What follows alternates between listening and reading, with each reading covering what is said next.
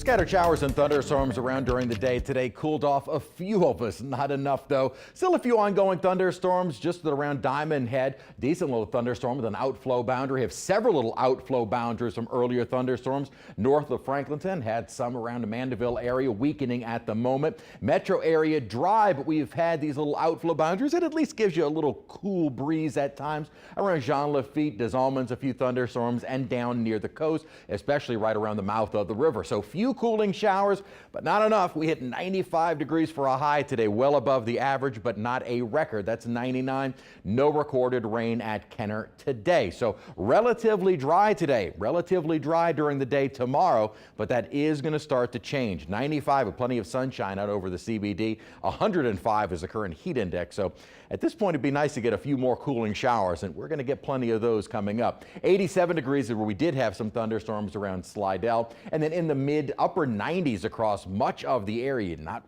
If you're not under the rainfall, you heat it up. Now, this rainfall has been thanks to kind of a weak little boundary that is still sitting near the area, not seeing a great deal of accumulation, but a low pressure center has moved into the Gulf, and this is where our focus really is going to be over the next couple of days, because this is the area that is being highlighted for possible development. Right now, that is not looking guaranteed. A low chance of development in the next several days. So here's kind of what we're looking at the moment. There is nothing there, which makes it very difficult for the computer models to figure out. In fact, when you look at the visible satellite here, you see all kinds of little broad spins all over the place. So what, if any of those, tries to form? Well, the computer models are trying to figure that out. Right now, the environment across the Gulf of Mexico is actually pretty hostile. We have pretty strong wind shear. You've got an upper low that is moving across the Yucatan Channel. You actually have kind of an upper low over Louisiana and very dry air. And the environment really is not going to improve over the next several days.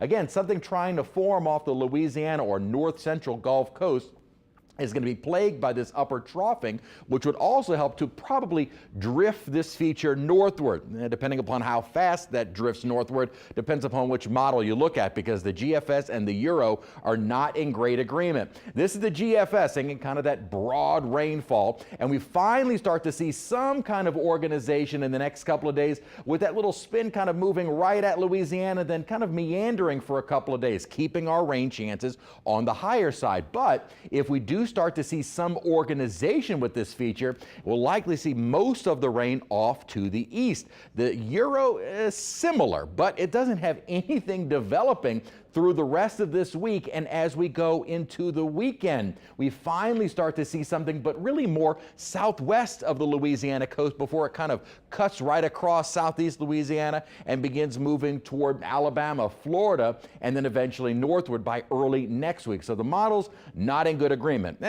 Not surprisingly so, as they don't really have anything to grab onto. Both the models do have some kind of broad low generally moving northward, with the Euro kind of a little bit farther away from Louisiana or southwest Louisiana, and then trying to cut across, with the GFS almost moving due north. The GFS, at least currently, is initializing a little bit better than I think the Euro is. We'll see if that continues. So our rain chances looking forward, really a big question mark, because it depends on what this system does, if anything, and exactly where it would go, which would be who would see the most rain. So the models are kind of all over the place with their rainfall total forecast. So this is kind of takes into account several of the computer models, and kind of a broad brush, 2 to 4 to maybe 5 inches of rain across most of our area, with 7 to 10 plus inches from the coast and farther off to the east. Most of the models are really more indicating that staying a bit more, at least the heavier rain, to our east, but that could change. So regardless of development, rain is the main issue. Localized flooding threat really just about every day.